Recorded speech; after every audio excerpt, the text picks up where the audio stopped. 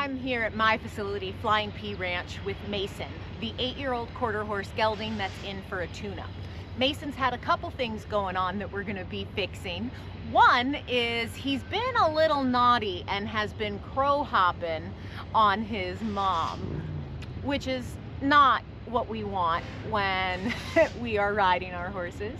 But the other thing that Mason has trouble with that I'm excited to share with you is he has what I call a go problem, meaning that he just doesn't quite understand what's expected of him when we ask him to go.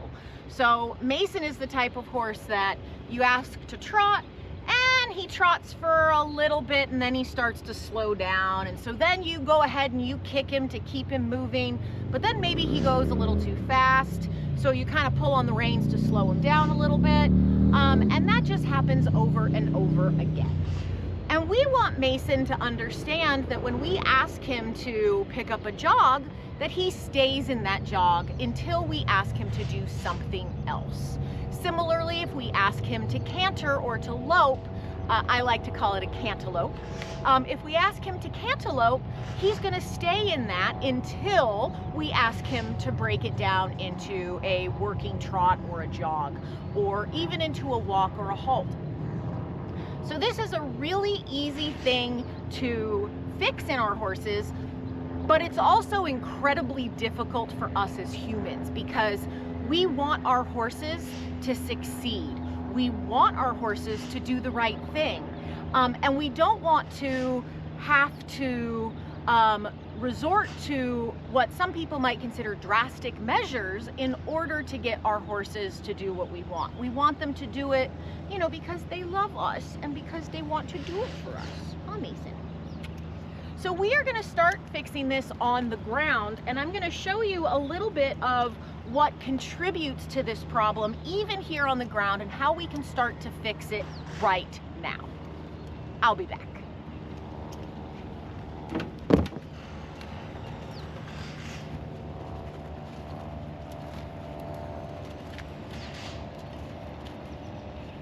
All right, hopefully you all can still hear me. So most of us, when we round pen or lunge a horse, we are going to be using a lunge whip. And we sit here and we go like this all the time. Nathan, move. Come on, move. Move. Nope, that was too fast. Slow it down. No, faster. Faster. No, too fast. Slow it down. We might have a lunge line on, and we're doing this because we've been taught to do the triangle. But what your horse sees is constant pressure, a constant ask to continue to go faster. But then we correct it and we say, no, no, no, not that fast, that fast. But then we keep this up here, which is the cue for faster.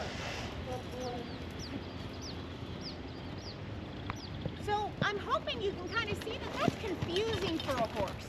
When we ask them to go faster because we've got constant pressure, but then we say, no, no, no, no, no, not that fast, slow it down. And then he's like, well, what is it that you want? I don't understand. I am confused. Sometimes when our horses get confused enough, they get frustrated. And then that can lead to some bad behavior or some undesirable behavior, like crow hopping and bucking. So if you need to use a lunge whip because that's the only thing that you're comfortable with, when you're round penning your horse, I want you to just stand here and look pretty. And I want you to keep this lunge whip down, right out of the way. This is a posture of non-pressure. This is pressure. Do you see how he instantly moved off as soon as my body changed? No pressure, pressure. Right? And look, I'm even following him around. And he's like, okay, okay, I'll go. Okay? So if you're using a lunge whip, this is how I want you to hold it, unless you are asking for something. But then it needs to come right back down to a no pressure position. Now, I don't use a lunge whip normally because I just wasn't trained to use one. I was trained to use a lariat, so that's what I'm gonna use. I like using a lariat because it gets really, really small when I'm not using it, and it's very sort of, it's low pressure, right? It's a little nonchalant, it's just kind of hanging out here by my side. But when I need it, it can get really big and it can actually reach the edge of my round pen.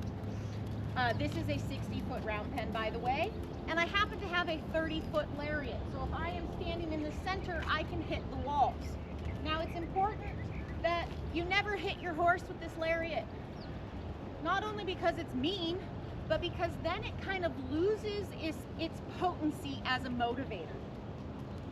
So when I want a horse to go forward, I am going to use a sequence of increasing pressure to ask my horse to go at the speed that I want. That sequence is going to be lift, kiss, kick. When we're just hanging out and relaxing, my body position is relaxed and my pressure is very low. When I want my horse to do something, I assume an active position, whether I'm in saddle or on the ground. Relaxed, active. Let me show you another way. Relaxed, active, right? My shoulders come back, my chest opens up, my legs square up, and this is like I'm gonna do something, like I'm gonna walk or I'm gonna ride. I assume a proper active position, okay? If my horse moves just off of that, great. I can just stand here and look pretty. If my horse doesn't move when I simply lift, I'm gonna count to 5. At the end of that count, I'm going to start using an auditory cue. Some people might kiss, some people might cluck, some people might say walk on or trot or canter or whatever it is that you want.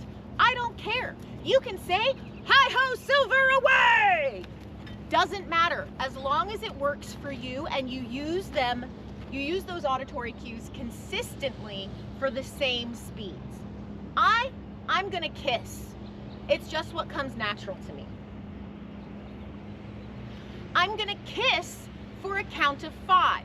If my horse starts moving at any point during that count of 5, then I stop kissing and I still just maintain my active position.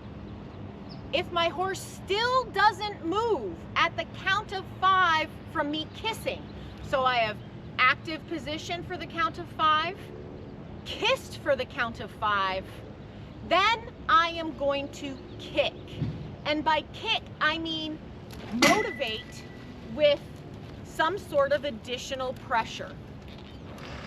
In this case, it's my lariat, and I'm gonna throw it behind his butt because I don't want him to get hit, right? Not only is it just rude, but it will also minimalize the effectiveness of this motivator, right? This is just a motivator.